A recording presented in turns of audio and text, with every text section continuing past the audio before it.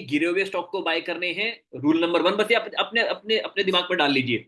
Rule number 2, अगर stock के profit all time high पे हैं, अगर स्टॉक की सेल्स ऑल टाइम हाई पे है, तो स्टॉक का प्राइस ऑल टाइम हाई पे जाएगा बाय हुक और बाय क्रुक। अब एक क्वेश्चन हमेशा यहाँ पे आता है कि हेमंत जी क्यों जाएगा? क्या बिग प्लेयर्स को नाम से पता है क्या कि इसके प्रॉफिट ऑल टाइम पे पहुंच गए हैं, या मतलब एग्जैक्टली रीजन क्या है? मतलब ये स्टेटमेंट बहुत ही कई बार ऐसे चुभती है कि क्यों जाएगा, what is the exact reason? यार एग्जैक्ट रीजन ये है, हमें बिग प्लेयर का पता तो है कि बिग प्लेयर है इसलिए जाएगा, लेकिन एफआईआईस और डीआईआईस सिर्फ स्टॉक को होल्ड करके नहीं कमाते पैसा।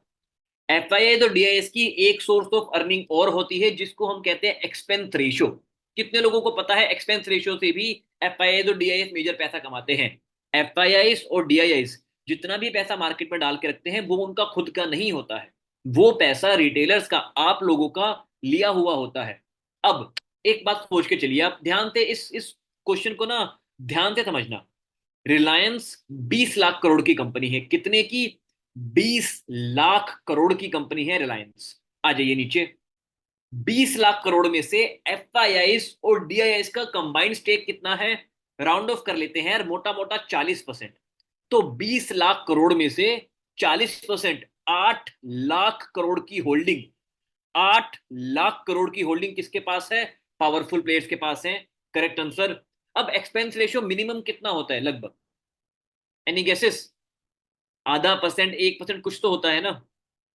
अच्छा guys, one correction from my side. छोटी सी करेक्शन मैं करना चाहूंगा।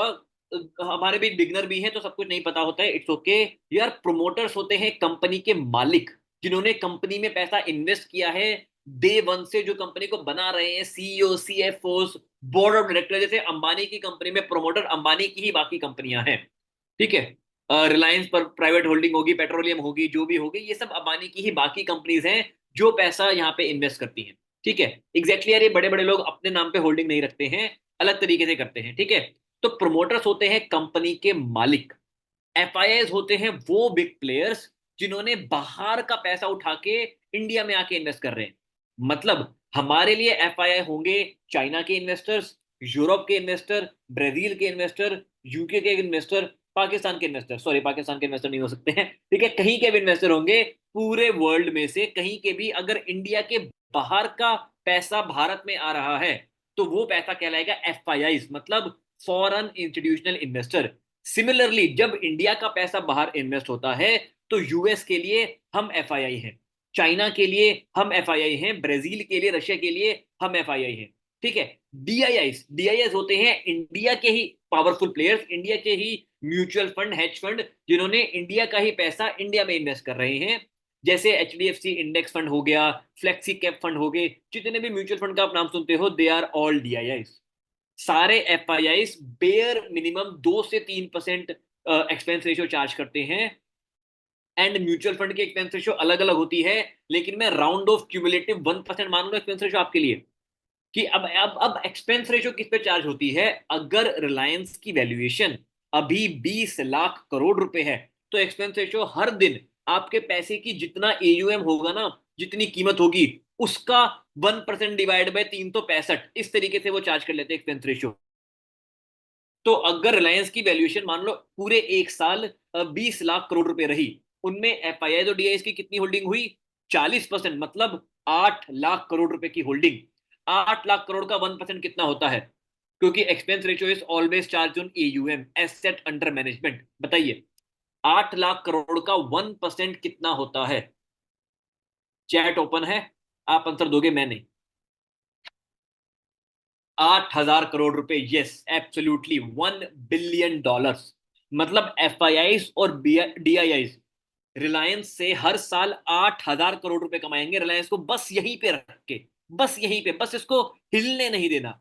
अच्छा अगर रिलायंस यहां से 20% नीचे गिर गया, तो जो इनकी वैल्यूएशन 8,000 करोड़ रुपए थी, वो 20% गिर जाएगी, 64,000 करोड़ रुपीज रह जाएगी, 6,400 करोड़ रुपए रह जाएगी। तो इनकी जो 1% एक्सपेंस रेशियो है, वो कितनी गिर जाएगी? बताइए, क्या वो अभी भी 8,000 करोड़ रुपए रहेगी?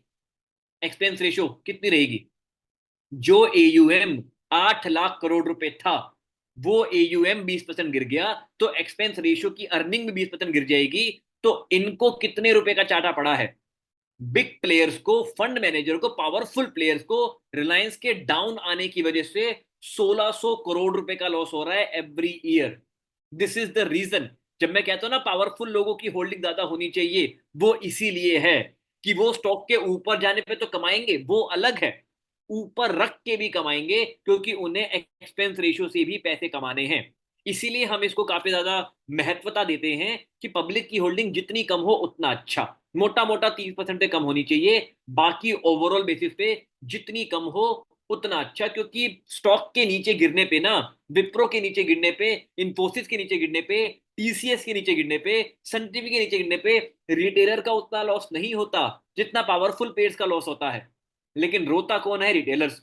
रिटेलर्स इतनी डीप डाइव एनालिसिस कर रहा है, कंपनी की पीपीटी देख रहा है, कंपनी का प्रोडक्ट खरीद रहा है। मैंने एक न्यूज सुनी थी कुछ टाइम पहले, एक दोस्त ने अपने दोस्तों को सिगरेट पीना सिखा दिया, क्योंकि वो आईटीसी के प्रॉफिट प्रॉफिट को इंक्रीज करना चाहता था। मतलब ऑब्वियसली इट्स अ जोक।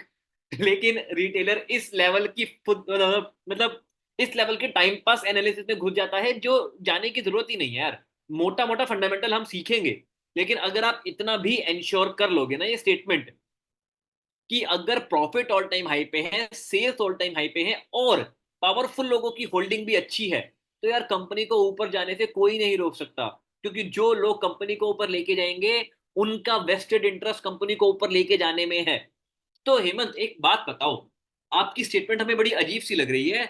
एक और तो आप कह रहे हो कि कंपनी को वो ऊपर लेके जाएंगे, अगर सारे पावरफुल प्लेयर्स का फायदा कंपनी को ऊपर लेके जाने में ही है, तो कंपनी को गिराया क्यों जाता है? ये कभी सोचा आपने बैठ के ठंडे दिमाग से एकदम शांति से? क्यों? व्हाट इज द वाई है?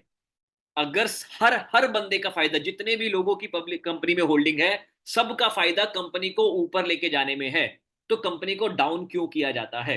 कंपनीज को गिराया क्यों जाता है? एक आंसर और है, और वो आंसर है पैसा एफडी में डालने के लिए। अगर मार्केट ने रिटेलर्स को बड़ा पैसा कमा के दे दिया, तो एफडी में पैसा कैसे जाएगा? बैंक्स में पैसा कैसे जाएगा? आपको एक बात समझ के चलनी पड़ेगी, पूरी दुनिया की इकोनॉमीज बड़े बड़े बैंक्स कंट्रोल करते हैं। इंडिया की इकोनॉमी को कंट्रोल किया जाता है एलआईसी, एक तरीके का बैंक ही मान लो आप, उसमें जितना यूलिप वुलिप का इन्फ्लो होता है। एसबीआई हो गया, एचडीएफसी बैंक हो गया। हर कंट्रीज के बैंकिंग सेक्टर्स मोटा मोटा कंट्रीज की इकोनॉमी को जो है ग्रो करने में हेल्प करते हैं, कंट्रीब्यूट करते हैं। अगर बैंक में ही पब्लिक का पैसा जाना बंद हो गया, अगर पब्लिक को सारा रिटर्न मार्केट से मिलने लग गया, तो बैंक के लिए बहुत दिक्कत हो जाती है। बैंक को नया नया पैसा चाहिए सस्टेन करने के लिए, ग्रो करने के लिए। तो बैंक वाले बिग प्लेयर्स के साथ टाई अप करते हैं कि आशुतोष जी, लेट्स से आशुतोष जी अपना एफआईआई फंड चलाते हैं, बहुत अमीर हैं। आशुतोष जी थोड़ा सा ठंड रखो, 2 साल की बात है, जो ये नए नए गधे आए हैं ना मार्केट में, इन सब के स्टॉप लॉस ट्रिगर करा के सबका पैसा एफडी में करवा देंगे। फिर आपके लिए हम भी मार्केट को पंप करेंगे, आपकी एक्सपेंस रेशियो में कोई कमी नहीं आने देंगे। साहब जी ये हमारी गारंटी है। बैंक्स वाले इस तरीके से बात करते हैं, मिल के मार्केट को गिराएंगे। एंड यार ये चीज आप नोटिस करना, मैंने तो देखो की है, जब भी मार्केट ऑल टाइम हाई पे होती है, तब मार्केट को बैंक से कंपेयर करके बोला जाता है पैसा मार्केट में डालो। हमारे म्यूचुअल फंड ने 20% रिटर्न दिया है, एफडी ने दिया है केवल 6%। पैसा डालो मार्केट में। जब भी मार्केट ऑल टाइम हाई पे होती है, जब भी मार्केट बॉटम पे होती है, तब भी सेम कंपैरिजन की जाती है, FD versus mutual fund. Mutual fund ने दिया है -20% का रिटर्न, एफडी ने दिया है 7% का return. FD has outperformed market by more than 40%। हमें पैसा एफडी में डालना चाहिए, हमें अपनी वेल्थ को सर्कुलेट भी करनी चाहिए। तो जिन रिटेलर को टॉप पे मार्केट में इन्वेस्ट करवाया जाता है, उन्हीं के लॉसेस करवाने के बाद वो पैसा एफडी में चला जाता है। इंडिया रिटेलर्स की ना बहुत ही खास बात है, वो यहाँ पे आके खुद थोड़ी सी गलतियां करते हैं, खुद थोड़ी सी समझदारी नहीं दिखाते हैं, खुद ऑल टाइम हाई पे बाय करते हैं, खुद एफएनओ करते हैं, खुद फ्यूचर ऑप्शन करते हैं, खुद गैम्बलिंग करते हैं। एंड जब लॉस हो, तो एक बहुत ही प्यारा वो डायलॉग मारते हैं। वो डायलॉग क्या होता है? Any guesses? रिटेलर्स का बहुत ही प्यारा डायलॉग है, भाई मार्केट तो जुआ है, पैसा मार्केट में नहीं बन सकता। Without even realising that it is their mistake कि वो अभी तक गलत चीजें फॉलो कर रहे थे। ठीक है। तो ये बात मेरी रिक्वेस्ट है कि इकोनॉमी इसी तरीके से वर्क करती है। अच्छा स्टॉक है, थोड़ा देर से जाएगा मे बी, लेकिन इवेंचुअली ऊपर जाएगा ही जाएगा, ये ऑलमोस्ट गारंटीड होता है, क्योंकि अगर ऊपर नहीं जाएगा तो बिग प्लेयर का पैसा नहीं बनेगा।